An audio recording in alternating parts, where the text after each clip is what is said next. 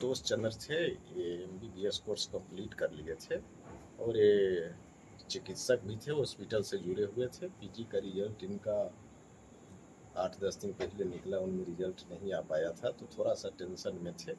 तो पारिवारिक लाइसेंसी दोनाली बंदूक थे, इनके सुसाइड करने की सूचना मिली है, जिस पर हम लोग पहुँचे हैं। छानबीन की जा रही है, एफएसएल की टीम भी आई हुई है।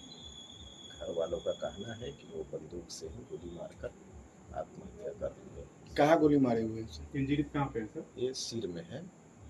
कितनी गोली लगी हुई है सर?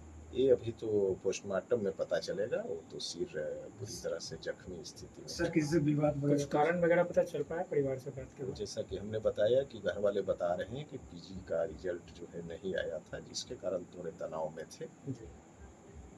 आगे इसमें जांच की जा रही है। हाँ, जांच की जा रही है। अभी एफएसएल की टीम घटना स्थल पर छानबीन कर रही है। हम लोगों ने भी घटना स्थल का अवलोकन किया है। जी सर। क्या उम्र रहा होगा सर? ये करीब 25 वर्ष।